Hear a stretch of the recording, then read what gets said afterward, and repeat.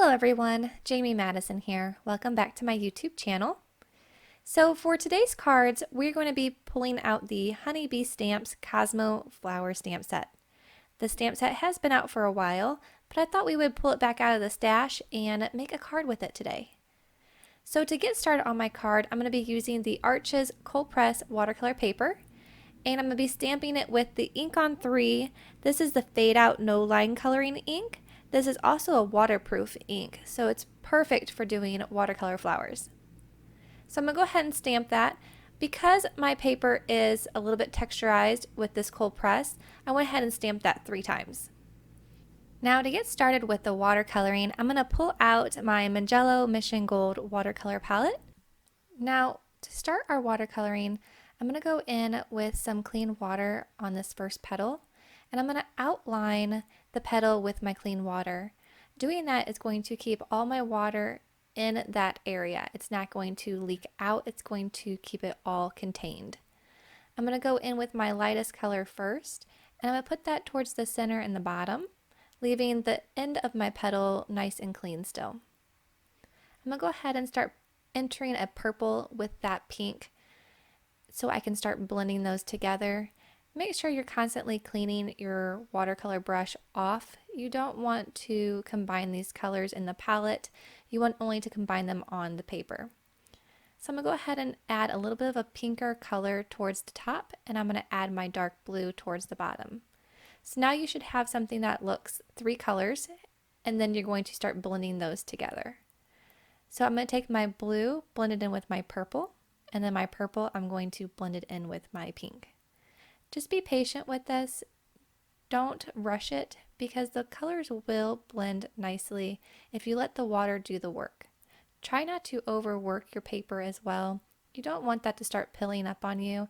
This is a really good watercolor paper and I haven't had that issue yet, but I could see if you overworked it how it could become an issue. I went ahead and started speeding this up so you can see how I do my flowers. I only did 1 flower on camera so you can see, how it's done. The other ones I did off camera because this is very long and time consuming. So I'm going to go ahead and add some music in and I'll let you enjoy the watercoloring.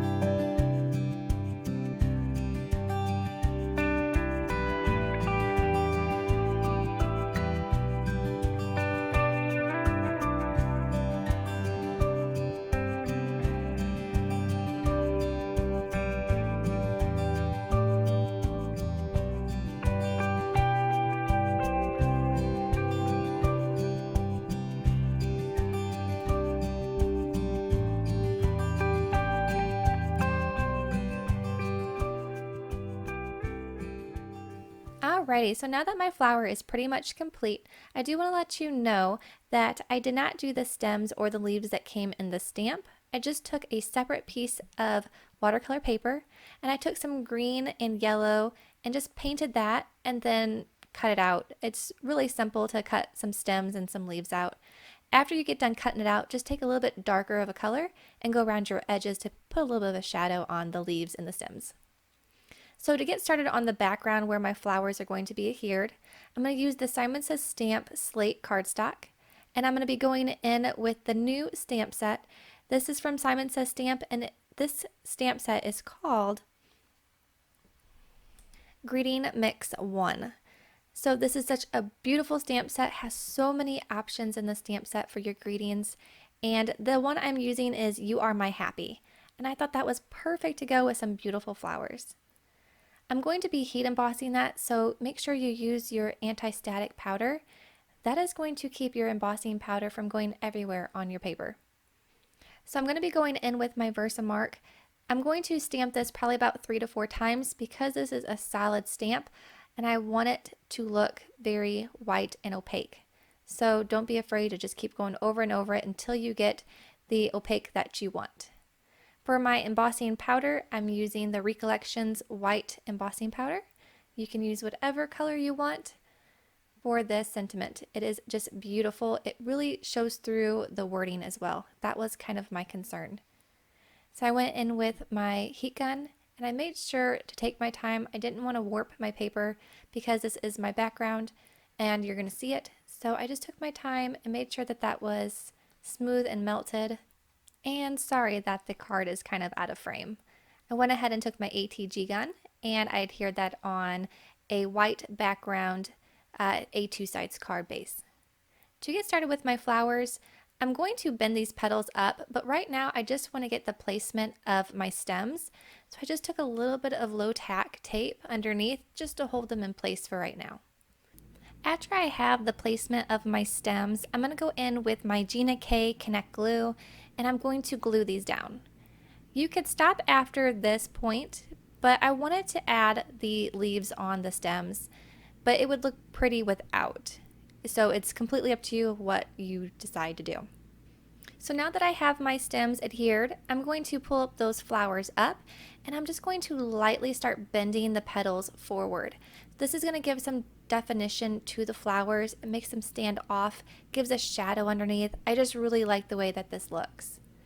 So then after I have my petals bent forward, just lightly, you don't have to do a whole lot, I'm going to take my Connect Glue and adhere these down to my card.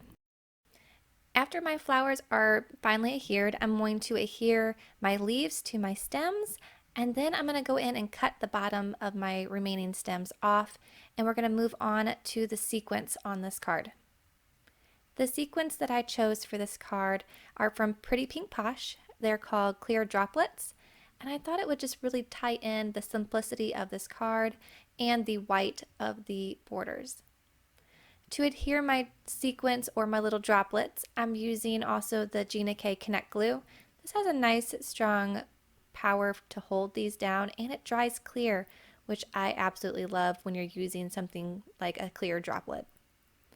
With my jewel picker, if you ever notice that your jewel picker is starting to be a little too tacky, I just take it and rub it between my fingers and that kind of takes the stickiness off and it uses the oils of your skin to kind of make it not so strong because it wasn't wanting to let go of my droplets. So now that I have my little droplets adhered, I'm going to go in and start on the inside of my card. For the inside of my card, I'm going to be going back in with the Simon Says Stamp Greetings Mix 1, and I'm going to be stamping just a card to say you're awesome, and I'm using VersaFine because this ink is so nice and pitch black. I don't have to worry about stamping it multiple times. I went back in with some of those Cosmo flowers and added those to the bottom just to fill it all in. Last but not least, I'm going to take my stamp and stamp that on the back of my card. And I will put the link down below for Etsy where I purchased this stamp. And that is the cards that we've made today. Thank you guys so much for joining me. I really appreciate it. And I will see you next week with another video. Thanks. Bye.